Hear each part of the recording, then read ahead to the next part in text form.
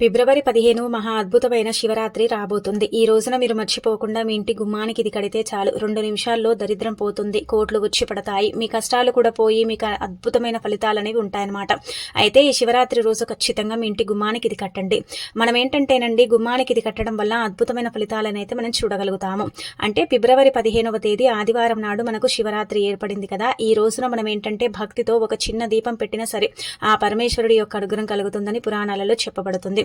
అయితే ఆ పరమశివుడు కరుణిస్తాడు, మనకు కావలసినంత అనుగ్రహాన్ని కూడా ఇస్తాడనమాట. అంతెందుకండి, మనం ఏం చెయ్యకపోయినా ఓం నమ శివాయ అనుకున్నా చాలండి, మనకు ఏంటంటే ఆ శివయ్య అనుగ్రహం అయితే కలుగుతుందనమాట. అందుకే ఈ శివరాత్రి రోజున గుర్తుపెట్టుకోండి, ఖచ్చితంగా ఏంటంటే గనక కొన్ని నియమాలను పాటించుకుంటూ మీ ఇంటి గుమ్మానికి ఇది కట్టండి. అలా కడితే మంచి ఫలితాలను అయితే మీరు చూడగలుగుతారు. అద్భుతమైన ఫలితాలను చూసి మీరు ఆశ్చర్యపోతారని చెప్పొచ్చు. ఇది గుమ్మానికి కట్టడం వల్ల ఇంటి పరంగా ఎన్ని సమస్యలున్నా సరే, ఎన్ని బాధలున్నా సరే అవన్నీ కూడా పోతాయని మనకు పురాణ గ్రంథాల్లో చెప్పబడుతుంది.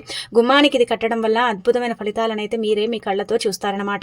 మన ఇంటి పరంగా ఏంటంటేనండి, మంచి ఉంటుంది, చెడు ఉంటుంది, మనం చాలా కష్టాలు బాధలు అనుభవిస్తూ ఉంటాం కదా. అలాంటి వాటన్నిటి నుంచి కూడా మనం బయటపడాలంటే గుర్తుపెట్టుకోండి, ఇది శివరాత్రి లోపు కూడా మీరు కట్టొచ్చండి మీ ఇంటి గుమ్మానికి. లేదంటే శివరాత్రి రోజు ఆదివారం ఏర్పడుతుంది కదా, అయితే ఆ రోజు కూడా కట్టుకోవచ్చు అనమాట. ఎలా కట్టాలో తెలుసుకునే ముందు ఒక చిన్న రిక్వెస్ట్ అండి, వీడియోకి ఒక లైక్ ఇచ్చి ఛానల్ని కొత్తగా చూస్తున్నట్టయితే సబ్స్క్రైబ్ చేసుకోండి. ఇక మనకేంటంటే ఆదివారం మహాశివరాత్రి వచ్చింది కదా. అయితే ఈ రోజు ప్రతి ఒక్కరు కూడా ఆ పరమేశ్వరుణ్ణి పూజించటం, ఉపవాసం ఉండటం ఇదంతా కూడా మనం చేస్తూ ఉంటాం కదా. అయితే మనకు ముఖ్యంగా మాఘమాసంలో శుక్లపక్షం చతుర్థి రోజున మహాశివరాత్రి పండుగను జరుపుకుంటాము. అయితే ఈ ఏడాది ఏంటంటే గనక ఫిబ్రవరి 15వ తేదీ ఆదివారం, ఇలా ఆదివారం సాయంత్రం 4:45 ఏంటంటే గనకనండి చతుర్దశి ప్రారంభమై ఫిబ్రవరి 16వ తేదీ సోమవారం సాయంత్రం 5:30 నిమిషాల వరకు కూడా ఈ చతుర్దశి తిథి అనేది ఉంటుందన్నమాట. కాబట్టి ఏంటంటేనండి పరమ పవిత్రమైన ఈ రోజు, అంటే ముఖ్యంగా ఫిబ్రవరి 15వ తేదీన శివరాత్రి పండుగను జరుపుకోవాలి. ఫిబ్రవరి 15వ తేదీ సాయంత్రం సమయంలో మాత్రమే శివుణ్ణి పూజించాలన్నమాట. అలా పూజిస్తే చాలా మంచిదని మనకు పురాణాలలో చెప్పబడుతుంది. ఈ రోజు ఏడాది చేసిన పూజలకు ఫలితం అనేది లభిస్తుంది. సాయంత్రం పూట పూజిస్తే చాలా మంచిది. ఈ రోజు మనం ఏంటంటే గనక అరికెళ్ల దీపం పెట్టడం, అలానే కాకుండా ఆకాశ దీపాన్ని వెలిగించడం, అలాగే వచ్చేసి ఏంటంటే గనక మారేడు దళం పైన కూడా మీరు దీపారాధన చేసుకోవటం, ఇలా చేస్తే చాలా మంచిదండి. అయితే మనకేంటంటే సాయంత్రం 6 గంటల నుంచి మొదలుకొని 7 గంటల సమయంలో శుభముహూర్తాలు అనేవి ఉన్నాయన్నమాట. అద్భుత ఘడియలు అంటాం కదా. ఆ సమయంలో ఏంటంటే గనక మీరు గుర్తుపెట్టుకుని ఆ సమయంలోనే చక్కగా మీరు రోజంతా కూడా ఉపవాసం ఉండొచ్చండి. ఉపవాసం ఉండొచ్చి భక్తి శ్రద్ధలతో ఆ పరమేశ్వరుడిని పూజిస్తే శివయ్య అనుగ్రహం కలుగుతుందన్నమాట. అయితే మీరు ఏం చేయండి అంటే గనక ఇల్లంతా కూడా ముందుగానే క్లీన్ చేసుకోవటం, స్నాన కార్యక్రమాలు చేసుకోవటం, ఆ తర్వాత ఏంటంటే గనక మీరు ఉతికిన వస్త్రాలు ధరించటం, ఆ పరమశివుడిని ఈ విధంగా పూజించండి. పరమశివుడి చిత్రపటాన్ని శుభ్రంగా తుడిచి గంధం రాసి కుంకుమతో బొట్టు పెట్టి తెలుపు రంగు పుష్పాలతో శివుణ్ణి అందంగా అలంకరించండి. ఇప్పుడు ఒక మంచి చెప్పాలంటే గనక ఇలా మంచిగా మొత్తం నిండుగా అలంకరించండి. అలా అలంకరించిన తర్వాత మీరు ఈ రోజు నారికేళ్ల దీపం కూడా పెట్టుకోవచ్చండి. లేదంటే గనక ఒక తమలపాకుని తీసుకుని దానిపైన మారేడు దళం పెట్టి ఇలా పెట్టి మీరేంటంటే దానిపైన మట్టి ప్రమిదను పెట్టి నువ్వుల నూనెతో కానీ ఆవు నేతితో కానీ దీపారాధన చేసుకోవచ్చు. ఇలా చేసినా కానీ మనకు ఆ శివయ్య అనుగ్రహం కలుగుతుంది. అయితే తెల్లటి పుష్పాలు ఒకవేళ దొరకకపోతే మీ దగ్గర ఏవైతే అందుబాటులో ఉంటాయో ఆ పుష్పాలతో ఆ పరమేశ్వరుణ్ణి పూజించండి, సరిపోతుంది. ఈశ్వరుడే ఐశ్వర్య వర్షాన్ని కురిపిస్తాడనమాట. ఇలా అలాగే కాకుండా మారేడుదళాన్ని సమర్పించడం, పుష్పాలతో చక్కగా అలంకరించి నిండుగా ఏంటంటే గనక ఆ పరమశివుణ్ణి పూజించాలండి.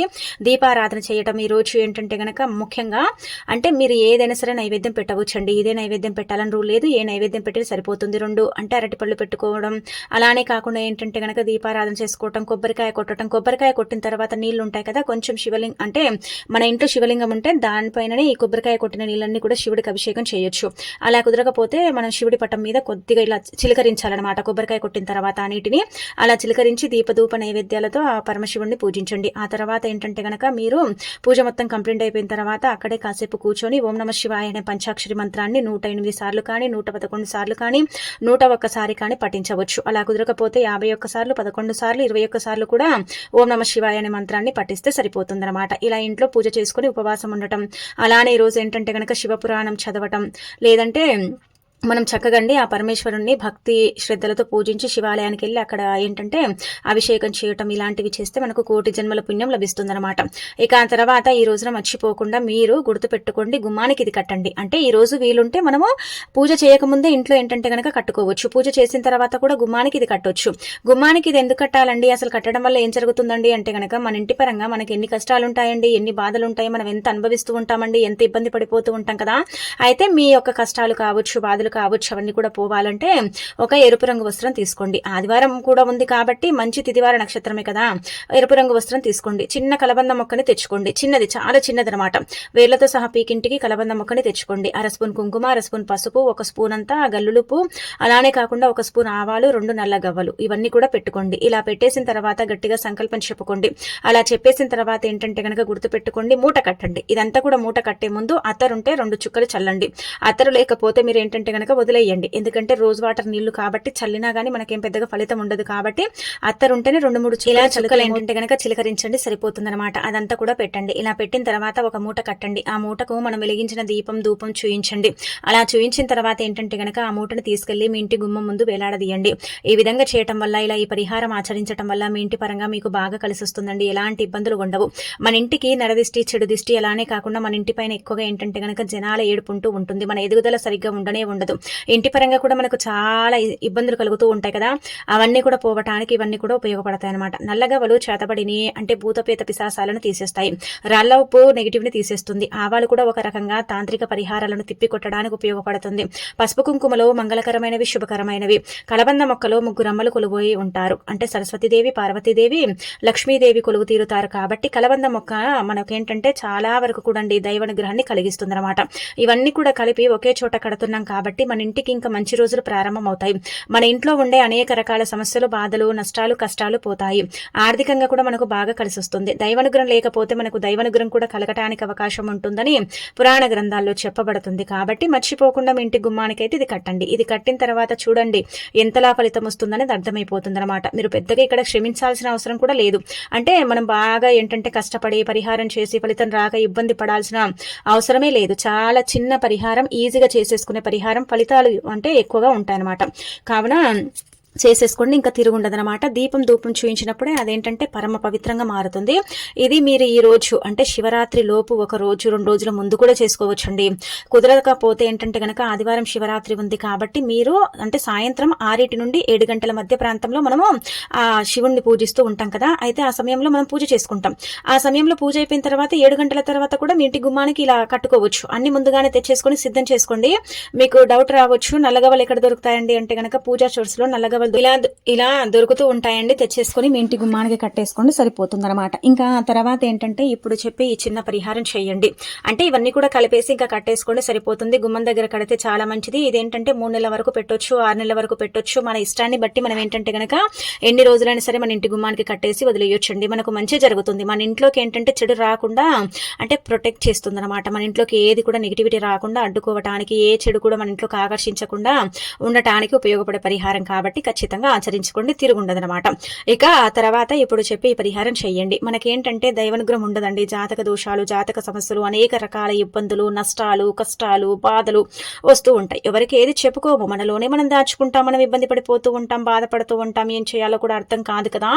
అయితే అలాంటి వాళ్ళు ఏంటంటే ఇప్పుడు చెప్పి చిన్న పరిహారం చేయటం వల్ల మంచి జరుగుతుందండి, మంచి ఫలితాలను చూడగలుగుతారనమాట. ఇది చాలా చాలా శక్తివంతమైన పరిహారం.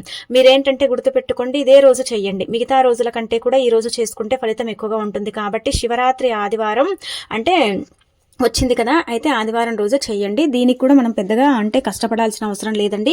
చాలా చిన్న పరిహారం. మన జాతక సమస్యలు కావచ్చు, రాహుకేతు ప్రభావాలు కావచ్చు, తీవ్రమైన ఇబ్బందులు కావచ్చు, అవన్నీ కూడా పోవటానికి ఒక చిన్న ఎరుపు రంగు వస్త్రం తీసుకోండి. అందులో ఒక చిన్న నిమ్మకాయ సైజ్ అంతా బెల్లాన్ని పెట్టండి. బెల్లం మన యొక్క జీవితాన్ని కాదు, మన తలరాతనే మారుస్తుందన్నమాట.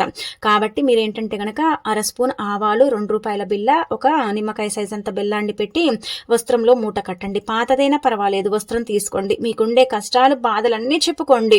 మానవ జీవితంలో ఏ ఏ కష్టాలు వస్తాయి, ఎలాంటి బాధలు పడతారు, ఎలాంటి ఇబ్బందులను మీరు అంటే ఎదుర్కొంటున్నారో అవన్నీ కూడా చెప్పుకోండి. అలా చెప్పేసుకున్న తర్వాత చిన్న మూట కట్టండి. అలా కట్టిన తర్వాత మర్రి చెట్టు ఉంటుంది కదా, మర్రి చెట్టు ఊడల్లో సాక్షాత్తు ఆ పరమశివుడే నివసిస్తూ ఉంటాడని పురాణాలలో చెప్పబడుతుంది అనమాట. అయితే ఇలా మూట కట్టండి. కట్టిన తర్వాత తీసుకెళ్లి మర్రి చెట్టు దగ్గర ఏంటంటే గనక ముందుగా వెళతారు కదా, నమస్కారం చేసుకోండి, సంకల్పం చెప్పుకోండి. అంటే మా అవసరం కోసం మేము చేసుకున్నాం, మాకు మంచి జరగాలి, మంచి ఫలితాలు రావాలి, మా జీవితం మారిపోవాలి, అయిపోవాలి, మాకు ఇబ్బంది ఉండకూడదు అనేసి ఏంటంటే గనక మీరు గట్టిగా సంకల్పం చెప్పుకొని ఆ తర్వాత ఏం చేయండి అంటే గనక ఇలా మూట కట్టారు కదా, ఇది తీసుకెళ్లి మర్రి చెట్టు దగ్గర పెట్టేసి వెనక్కి తిరిగి చూడకుండా వచ్చేయండి. చూడండి ఎంతలా ఫలితం వస్తుంది, ఎంతలా మీకు అంటే మీ యొక్క ఇబ్బంది పోతుంది, మీ జాతక సమస్యలు కావచ్చు, జాతక దోషాలు కావచ్చు, ఇలాంటివి ఉంటాయి కదండి, అలాంటి వాటన్నిటి నుంచి కూడా మీరు చక్కగా బయటపడతారండి. ఈజీగా ఏంటంటే కనుక బయటపడటానికైతే అవకాశం ఉంటుందని చెప్పొచ్చు. కాబట్టి తప్పనిసరిగా ఇదేంటంటే ఆచరించండి. ఇలా మూట కట్టి ఎప్పుడైతే మర్రిచెట్టు దగ్గర పెడతామో అప్పుడు మనకు అంటే నెగిటివిటీ ఉన్నా సరే అదంతా కూడా తొలగిపోతుంది. అలానే కాకుండా శని బాధలు, రాహుకేతు ప్రభావాలు, తీవ్రమైన ఇబ్బందులు ఉంటూ ఉంటాయి కదా, అవి కూడా పోవటానికైతే అవకాశం ఉంటుందని చెప్పొచ్చు. కావున మర్చిపోకుండా గుర్తుపెట్టుకోండి. మీరేంటంటే గనక ఈ విధంగా ఈ పరిహారం చేయండి. అది కూడా శివరాత్రి రోజు చేసుకోండి. చాలా మంచి రిజల్ట్ అనేది వస్తుంది. ఆ శివుడి యొక్క అనుగ్రహం కలుగుతుంది. మీ జీవితం మారిపోయి మీకంతా కూడా మంచి చేకూరుతుంది అనమాట. ఇది చిన్న పరిహారం అనిపించవచ్చు, కానీ దీని ద్వారా మనకు అద్భుతమైన రిజల్ట్ అనేది ఉంటుందన్నమాట. ఈ చిన్న చిన్న పరిహారాలే అండి దైవానుగ్రహాన్ని కలిగించి మనకేంటంటే గనక మనకు కావాలనే చెప్పాలంటే మన సమస్యల్ని పోగొట్టడానికి కూడా ఉపయోగపడుతుందన్నమాట. బెల్లం కదా భగవంతుడికి నివేదన అయ్యే పదార్థం కదండి, కాబట్టి తొందరగా ఫలితాలు వస్తాయని మనకు పురాణ గ్రంథాల్లో చెప్పడం జరుగుతుందన్నమాట. అందుకే శివరాత్రి రోజున తప్పనిసరిగా మీరు ఈ విధంగా చేసేసుకోండి, సరిపోతుంది. ఇంకా మంచి రిజల్ట్ని పొందండి. ఇక ఆ తర్వాత ఈ రోజున అంటే ఈ శివరాత్రి రోజున గుర్తుపెట్టుకోండి, శివరాత్రి రోజున ఆవు పాలతో శివలింగాన్ని అభిషేకం చేస్తే సంతానం లేని వారికి సంతాన ప్రాప్తి కలుగుతుంది. అలాగే దీర్ఘ ఆయుష్ పెరుగుతుంది, దీర్ఘ సుమంగళి యోగం కూడా కలుగుతుంది అనమాట. అలాగే చెరుకు రసంతో శివలింగాన్ని అభిషేకిస్తే అష్టైశ్వర్యాలు సిద్ధిస్తాయన్నమాట. అలాగే ఆవు పెరుగుతో శివలింగాన్ని అంటే అభిషేకిస్తే మనకేంటంటే చెప్పాలంటే గనక వాహన యోగము మరియు ఆస్తి లాభం అనేది కలుగుతుందని పురాణ గ్రంథాల్లో చెప్పబడుతుంది. గంధం నీళ్లతో శివలింగానికి అభిషేకం చేస్తే మానసిక ప్రశాంతత ఉంటుంది కదండి, అది మెరుగుపడుతుందన్నమాట. అదృష్టం బాగా కలిసి వస్తుందని కూడా చెప్పుకోవచ్చు. ఇక అప్పుల బాధలతో పడేవారు కూడా ఈ రోజు ఏంటంటే గనక ఇలా అభిషేకం అనేది చేసేసుకోండి, ఖచ్చితంగా మార్పు అనేది ఉంటుందన్నమాట. అయితే నువ్వుల నూనెతో కూడా శివలింగాన్ని అభిషేకిస్తే పితృదోషాలు తొలగిపోతాయి. అలాగే పెసరపప్పుతో మనం శివలింగానికి అర్చన చేస్తే మీరు కోరుకున్న ఉద్యోగం లభిస్తుంది. అలాగే శివరాత్రి పర్వదినాన ఒక బిల్వ పత్రాన్ని శివుడికి సమర్పిస్తే చాలు 3 జన్మల పాపాలు వెంటనే నశిస్తాయి. అలాగే జమ్మి ఆకులను పరమశివుడికి సమర్పిస్తే కోటు సమస్యలు కావచ్చు, శని దోషాలు కావచ్చు తొలగిపోతాయి. ఇక శివాలయానికి వెళ్ళగానే చాలా మంది ప్రదక్షిణలు చేస్తారు, కానీ శివాలయంలో పూర్తిగా ప్రదక్షిణలు చేయకూడదు. శివాలయంలో ఏంటంటే గనక సూత్రం అండి అంటే సోమస్తూత్రం దాటాక చండీ ప్రదక్షిణ చేయాలన్నమాట. శివరాత్రి పండగ నాడు వీలైతే ఎక్కువ సార్లు శివ పంచాక్షరి మంత్రాన్ని, ఓం నమ శివాయ మంత్రాన్ని పఠిస్తూ ఉండండి. అలా ఎన్నిసార్లు పఠిస్తే అంత మంచిదనమాట, అంత అద్భుతమైన ఫలితాలు వస్తాయి. 108 సార్లు పఠిస్తే కుటుంబంపై శివుని యొక్క చల్లని చూపు అనేది ఉంటుందన్నమాట. శివరాత్రి రోజున విభూతిని బొట్టుగా పెట్టుకుంటే అనారోగ్య సమస్యలు తొలగిపోతాయి, ఆయుష్ పెరుగుతుంది. శివరాత్రి పర్వదినాన ప్రతి ఒక్కరూ తెలుపు రంగు దుస్తువులు ధరించి అంటే పరమశివుడిని పూజిస్తే మీకంతా కూడా మంచి చేకూరుతుందన్నమాట. అయితే శివరాత్రి పండగ నాడు శివుడికి తాంబూలం సమర్పించి నమస్కారం చేసుకుంటే మీ కుటుంబం అంతా కూడా అండి భోగ భాగ్యాలతో ఏంటంటే గనక తులతూగుతూ ఉంటుందని పురాణాలలో చెప్పబడుతుంది. కాబట్టి ఆచరించండి.